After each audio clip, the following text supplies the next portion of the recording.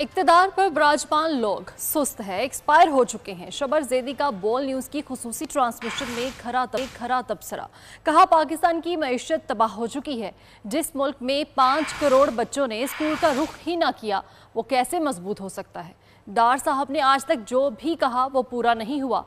खुदा का वास्ता है, अब सच बोलो, मान लो पाकिस्तान दिवालिया हो चुका है। कैंसर का इलाज स्प्रिंट्स नहीं, सर्जरी होता है। पाकिस्तान रियलिटी चेक बनाना होगा। आज दावत से कह रहा हूं, पाकिस्तान को रिफाइलिंग करना होगा। ये गवर्नमेंट ये स्लो है।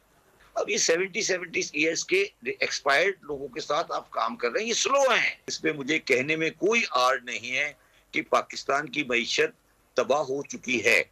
जिस मुल्क में 5